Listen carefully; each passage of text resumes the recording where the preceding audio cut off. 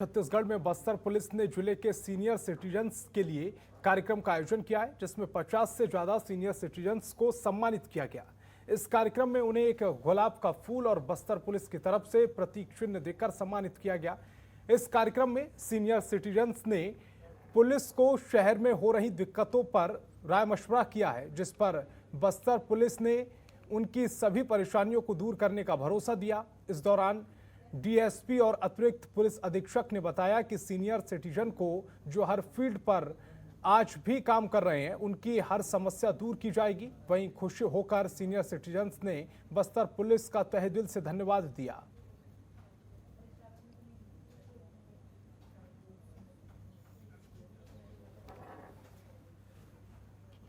मेरी एज अभी 65 प्लस है। मैं government engineer project India limited से रिटायर हुआ हूँ। अभी मैं रिटायरमेंट के बाद मतलब अपना एक्टिविटी रखता हूँ कि शरीर फिट रहे। आज जो एसपी साहब द्वारा जो हम लोगों को बुला के यहाँ पे सम्मानित किया गया, मैं बड़ा आभार इनका व्यक्त करता हूँ। बहुत अच्छा प्रोग्राम रहा। इसमें इन लोगों ने अपने भी जो इनके जिस तरीके से सिस्टम चलता है, इनने अपने बारे में बताया। हम लोगों से पूरी जानकारी ली कि हम लोगों क्या क्या समस्याएं आती हैं, उनका क्या क्या समाधान होगा। रंगकर्मी आकाशवाणी और दूरदर्शन का आर्टिस्ट हूँ। यहाँ आज पुलिस डिपार्टमेंट की तरफ से जो हमारा सम्मान हुआ है बुज़ुर्गों का, जो आज भी एक्टिव हैं 80 और 95 साल की उम्र में, उनका सम्मान करना एक बहुत बड़ी बात है। और सबसे बड़ी बात है कि पुलिस डिपार्टमेंट ने ये पहली बार किया है और बहुत अच्छे माहौल में ये कार्यक्रम संपन्न हुआ है। आज पुलिस मुख्यालय के निर्देशन और आज वरिष्ठ नागरिकों के सम्मान में एक सम्मेलन आयोजित किया गया था। इसका मुख्य उद्देश्य वरिष्ठ नागरिकों को उनके अधिकारों को जागरूकना, साथ में उनसे पुलिस से क्या उम्मीद है इस संबंध में उनसे सलाह भी ली गई। कईयों का इसमें सलाह भी आया है। कुछ नागरिकों का एक सजेशन है कि वरिष्ठ नागरिकों के लिए पृथक से हेल्पलाइन नंबर होना चाहिए, जिसके लिए शासन स्तर पर बात की जाएगी। साथ में अभी सभी थानों पुलिस मुख्यालय के अनुसार सभी थानों को निर्देशित दिया है कि सभी वरिष्ठ नागरिकों के लिए पृथक हेल्प डेस्क पहले ही सही है। साथ में इनके साथ जो व्यवहार का तरीका है वो अलग हो, इनसे पूरा शिष्टाचार हो। आज इनका सम्मानित किया गया। आज वरिष्ठ नागरिक दिवस के अवसर पर वरिष्ठ अधिकारियों के निर्देशन पर हम लोगों ने एक छोटा सा कार्यक्रम रखा था, जिसमें जगदलपुर शहर में जितने वरिष्ठ नागरिक हैं और जो अलग अलग फील्ड में अपना योगदान भी देते आ रहे हैं, उन लोगों को सम्मानित किया गया। हमने एक गुलाब का फूल दिया और मोमेंटो के तौर पे छोटा सा मोमेंटो दिया और साथ ही उनका आशीर्वाद लिया। और कांकेर में प्रधानमंत्री आवास के तहत लाभार्थियों को किस्त नहीं मिल पा रही है, जिसके चलते गरीब परिवार दर दर भटकने को मजबूर है। जिनके पास पक्की छत नहीं थी, उनके सपनों का घर बनाने के लिए प्रधानमंत्री आवास योजना के तहत राशि आवंटित की गई, लेकिन राज्य सरकार निर्माण पूर्ण होने के बाद भी किस्त जारी नहीं कर रही है। वहीं ग्राम चरभट्टी और उमरादाहा में हितग्राहियों का कहना है कि 2 किस्त के बाद प्रधानमंत्री आवास अभी भी अपूर्ण स्थिति में है।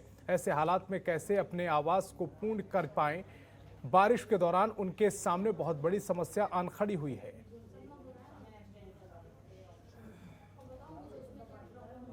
ग्राम पंचायत चरभट्टी के वन हमारे पंचायत में प्रधानमंत्री आवास ग्रामीण योजना के तहत घर बनवाइन पंचायत वाला मन।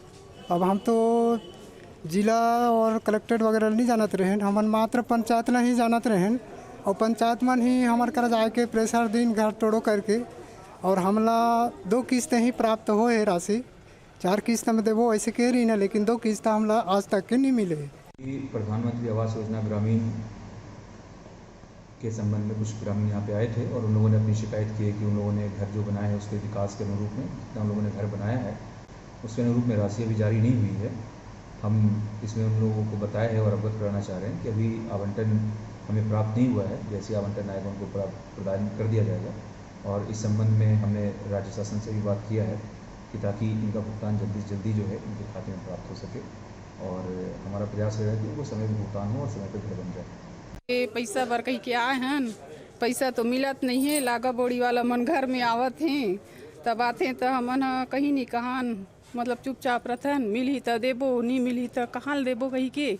इसने बनी भूती करके खात पियत हन बने जियत खात रहिन तिल सरकार गल फोड़ो फोड़ो तोड़ो कहीस अब फोड़ेन बनाएन रहना तो हमला है लेकिन अब कर्जा लागा बोड़ी में लदा गए हन तो जीवला थोड़ी दे देबो बने जियत खात रहिन तिल फोड़ो फोड़ो पीसे अब फोड़े गला खान सरकार है पैसा नहीं दे थे तब एक हम चलो भाई अब लागा बोड़ी में हन तो अब आगे चलन तब मिली। रायगढ़ के बीजेपी कार्यालय में मोदी मेला का आयोजन किया गया है, जहां पर 2 दिवसीय प्रदर्शनी और सांस्कृतिक कार्यक्रम रखा गया। आयोजन का बीजेपी जिला अध्यक्ष उमेश अग्रवाल ने फीता काटकर शुभारंभ किया और भारत माता को पुष्प अर्पण किया है।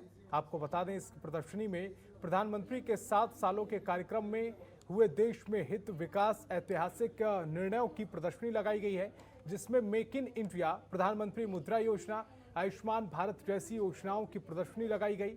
साथ ही नृत्य और गायन का रंगारंग कार्यक्रम भी आयोजित किया गया।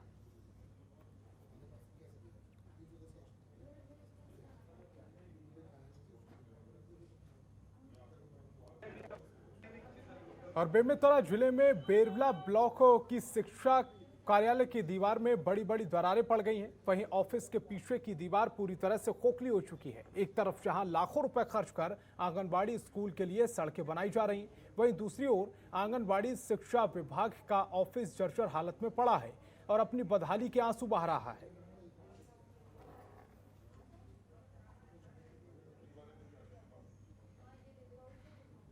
बड़ा दुख की बात है कि जब से विकासखंड शिक्षा अधिकारी का कार्यालय बना है तब से कबाड़ बना हुआ है।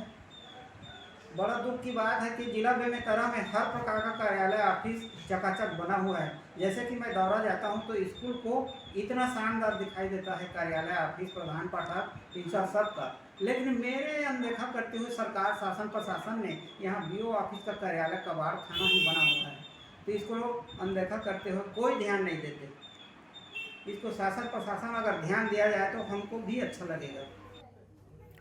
और मुंगेली नगर पालिका प्रशासन की एक बड़ी लापरवाही सामने आई है, जहां नगरीय क्षेत्र की गंदगी के ढेर को कचरा वाहन में भरकर शहर से लगे ग्राम कामता रेंगुटा गांव में मुख्य सड़क के दोनों ओर डंप कर दिया गया है। कचरा की डंपिंग स्वच्छता अभियान को चुनौती दे रही है। नगरीय प्रशासन की लापरवाही का खेल वर्षों से चल रहा है। दूसरी ओर मुख्यमंत्री भूपेश बघेल के आगमन को लेकर प्रस्तावित कार्यक्रम वाले स्थान की साफ सफाई जोरों पर चल रही है, लेकिन गांव की इस गंदगी के ढेर की शिकायत के बावजूद ना तो किसी जिम्मेदार अधिकारी का ध्यान जा रहा है, ना ही जनप्रतिनिधि इस समस्या का हल निकाल रहे हैं। वहीं आमजनों, स्थानीयों, ग्रामवासियों, राहगीरों, वाहन चालकों ने बताया कि प्रतिदिन दुर्घटना कूड़े की वजह से हो रही है और गंदगी की वजह से कई लोगों को बीमारियों का सामना करना पड़ रहा है।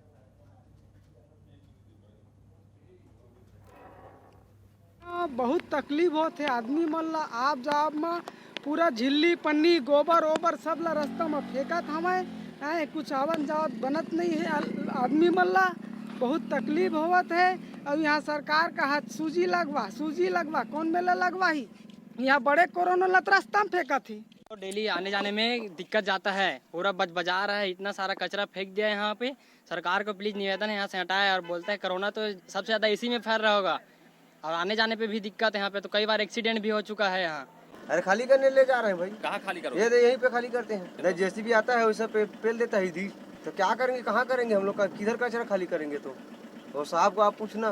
पूरा रोड जाम है, कचरा जाम है, आने जाने में हमारे को तकलीफ हो रहा है। पूरा रोड जाम हो गया है, कचरा झिल्ली लगा है, कचरा नगर पालिका कचरा फेंका हुआ है।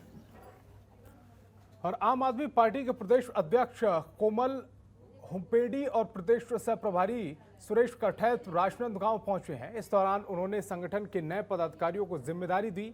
आगामी विधानसभा चुनाव के मद्देनजर संगठन को मजबूत बनाने वाली आम आदमी पार्टी के प्रदेश अध्यक्ष कोमल हुमपेडी प्रदेश भर के दौरे पर निकल गए हैं। इस दौरान राजनांद पहुंचे और यहां संगठन के नए पदाधिकारियों को जिम्मेदारी सौंपी। पत्रकारों से चर्चा करते हुए आम आदमी पार्टी के प्रदेश अध्यक्ष ने कहा कि प्रदेश की जनता भाजपा, कांग्रेस के अलावा नया विकल्प तलाश रही है। आने वाले समय में आम आदमी पार्टी मजबूती के साथ चुनाव मैदान में उतरेगी।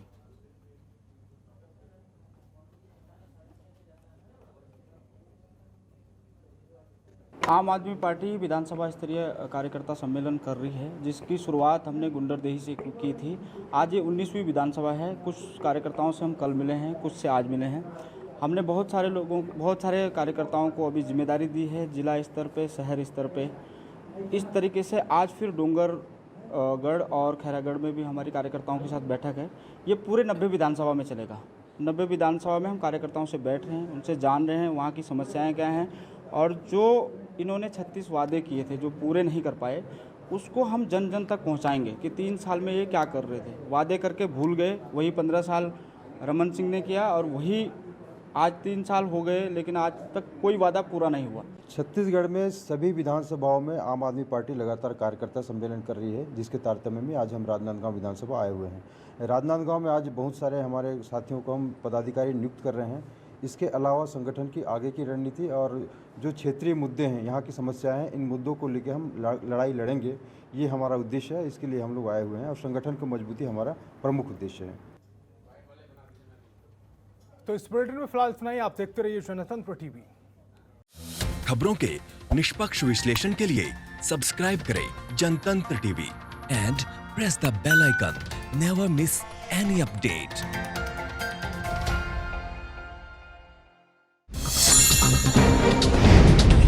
डाउनलोड कीजिए जनतंत्र टीवी ऐप को, जो कि अवेलेबल है गूगल प्ले और ऐप स्टोर पर। अधिक जानकारी के लिए अभी डाउनलोड करें।